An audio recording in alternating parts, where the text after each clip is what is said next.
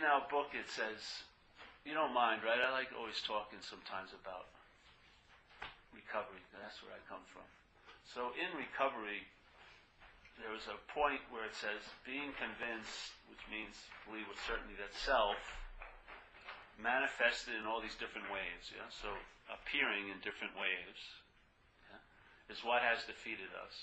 We will now look at its, meaning self's, common manifestations. So let's get an idea of what the hell's happening here, yeah? So let's say alcoholism is you can't take an x-ray of alcoholism. Yeah? If you take an x-ray of the body, you're not going to see alcoholism. You'll see its effects, maybe in the liver and stuff like that, but you won't see the disease of alcoholism.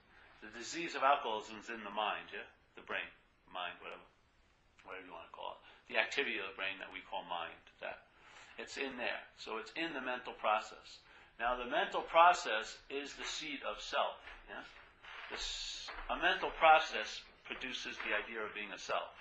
That's what happens. You didn't have it when you were first born. It was produced. As the brain developed, as it's developing, it develops a sense of being a self. You don't have it the first year, year and a half when you're alive here, but you do get it soon. Yeah? And then it takes a while for the picture to get reinforced. A lot of times when you're young, you have no real sense of self, and that's what's scary, yes? So you're always very self-conscious because you don't have a sense of what you are yet. The mind is still trying to grapple with it and get it together. So if this mental process is producing the sense of what you call you all day, and it has a disease called alcoholism, then that sense of being you is going to have certain traits determined by the alcoholism that you are going to exhibit in life. Yes? That's what happens in recovery. Is one of the greatest moments in recovery is when you walk into a room, and hopefully you're done, and you listen to people share, and you're sitting in a sense of terminal uniqueness, which most people in self are. The idea of self is a terminally unique, isolated position. Yes? You're truly separate from. Truly. So there you are, and then you're listening to people share, and they're sharing their feelings and their thoughts and their reactions to life, basically.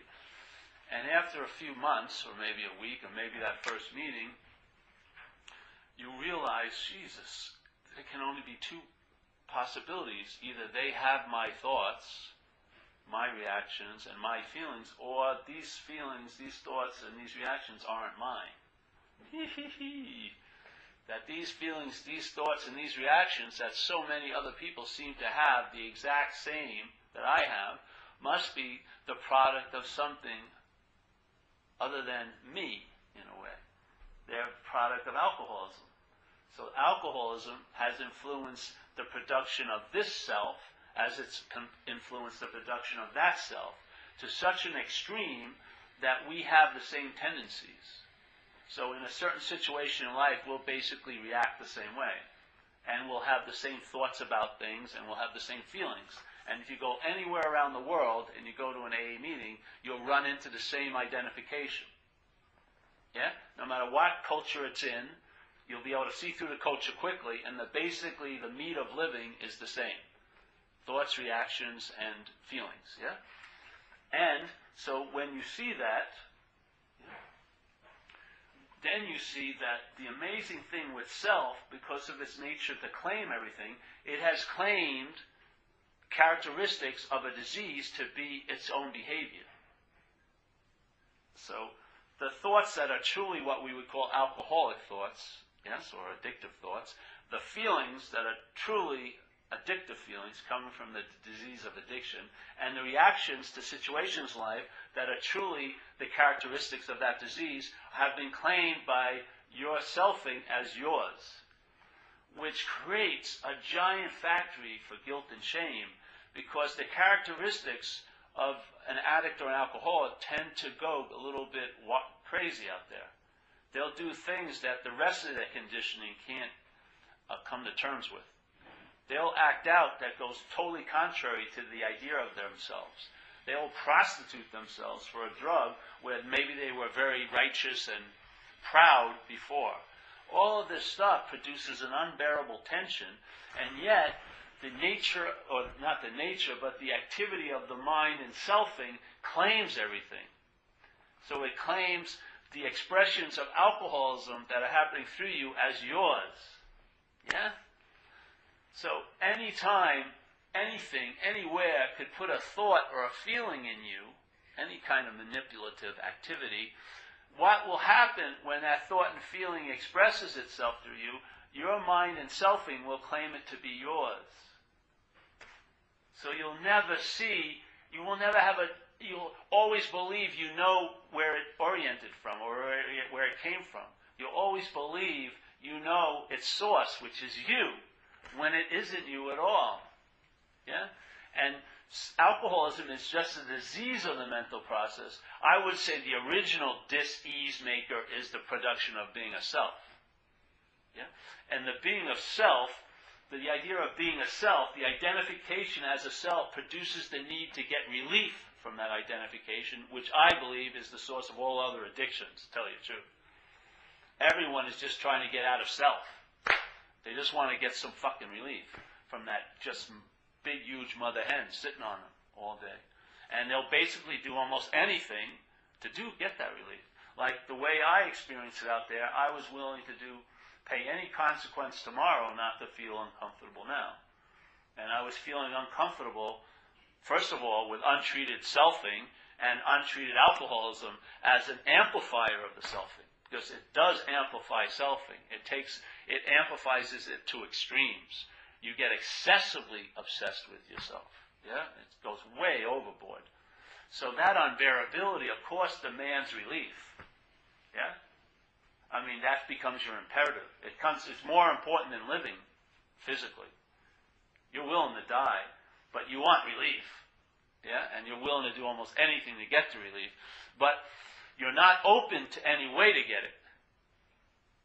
You're defined by the disease to get it through alcohol and drugs, basically, or acting out and stuff. You're not open to any relief. You're open to a certain relief that the problem itself wants to lead you to. Yeah? Because that relief is its fuel. When the mind, and this apparatus does alcohol and drugs, it's the fuel to the disease of alcoholism. So the alcoholism takes over more and more of the selfing. The more fuel you give it, the more dominant it becomes. So any pretense of being the old you is washed out very quickly. And you're just an ingesting machine, really. You're there being used in a way for that mental groove to get its food. That's all it is, because it can't pick up a beer. It needs the host or the vehicle to get it. Yeah? It doesn't have pores to put a needle in.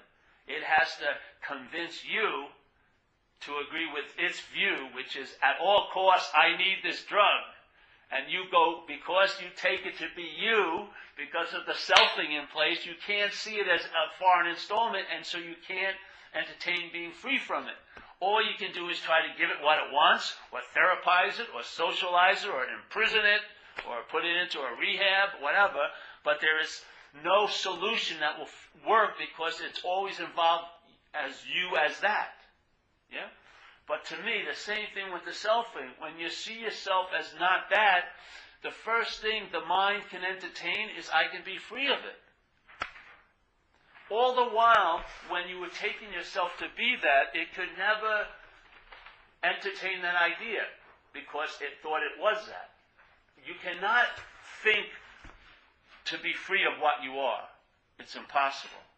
When you're identified as something, that mind that's identified as something can't entertain being free from that something unless it kills itself or whatever, yeah, which is a lot of people do.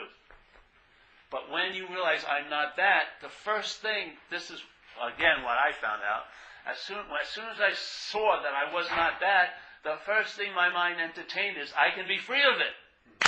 Because it's not me. Yeah? Then, because what is a lot of spiritual seeking? You're just trying to take a very unruly horse to a thing of water with the expectation it's going to drink it. It's going to piss all the whole way. Yeah? You're trying to, come on, get this idea. Fuck it. Why is all that effort? Because there's a sense of being it. If you can see, I'm not that, That's that. You'll be dismissed in the sense of being a servant to it. Yeah? Which is a form of slavery. I'm serious, man. If you're irritable, restless, and discontent, you're on the prowl all the time for relief. Yeah? Even when you're thinking, oh, I'm sitting here in unconditional love, there's a price tag for that. You're planning and trying to get something from that idea. Yeah? It's unrelenting. Because, and the true answer to dissatisfaction, that the only one that really works is satisfaction. Yeah? When you get lasting satisfaction, the behavior that you've been wrestling maybe with will change. It has to. Because most of its input, most of its momentum is to seek relief. Yeah? To try to get something better that will let me be okay. If that was implanted already that you're okay, then that whole momentum would be discharged. Yeah? Instead of be focused into self-centeredness, it would be a way of seeing. Yeah? You have a wider lens because the mind, dissatisfied, gets focused and tunnel visioned. It's looking for something. Yes? Based on its own ignorance that it must be outside. The same attention, when it's free from that, when there's satisfaction of not being that, then that same thing opens wide. The lens gets wider. And there's the sense of seeing. Yeah? Not looking, seeing. Looking driven by a need to be satisfied, but seeing because there's satisfaction. Yeah? It's a whole different way of traveling. And I found the axis point of it all is the selfing. Yeah? It doesn't mean selfing stops, but the momentum it seems to have is your juice by believing in it. Yeah?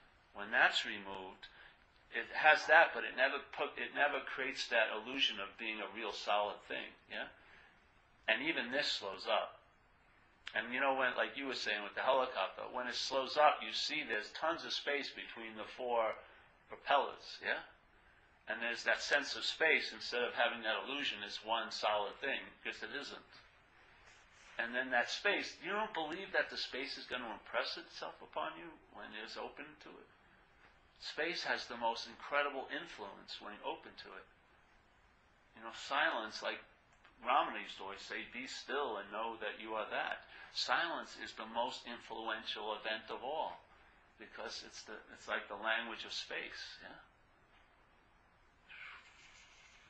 And of course you react to it, respond to it, because you are that. There's an instantaneous knowing in it. Yeah? There's an instantaneous knowing of it. It's like that unspoken yes. That unspoken yes, with all the language of the head, it can try to get distorted and twisted and neuter it, but there's that unspoken yes can outshout thousands of screams, you know, of the mind. It's just a powerful echo, if honored, you know, if attended to. And the thing is, it can't be attended to well by the self. That will deflect it, yeah? That's why I found that it's not the idea of you're a lion, it's the idea what kind of ear is hearing the message. That's the most important part of it, not the message. You can hear the message everywhere. But what's hearing the message? Yeah. If it's that ear modality, that sheep modality, it's only can entertain, I can become like a lion. That's not the message, yeah?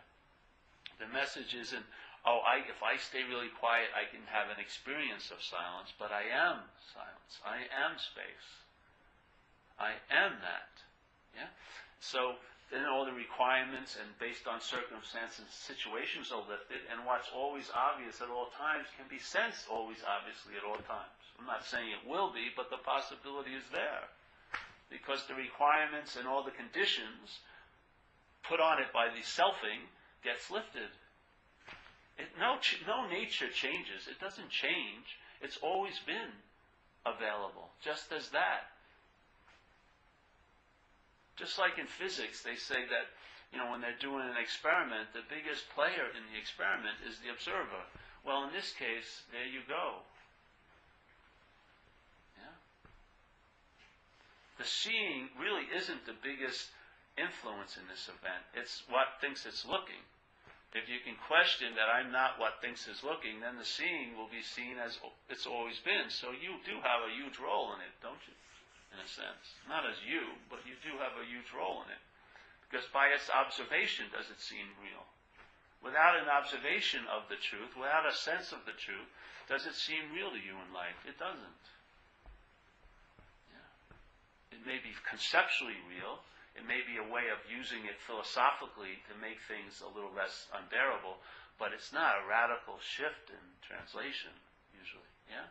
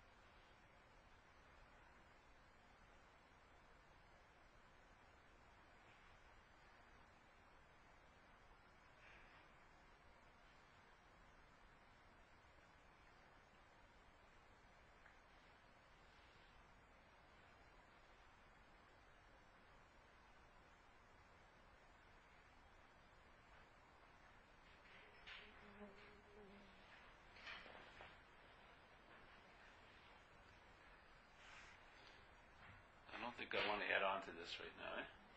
Stop.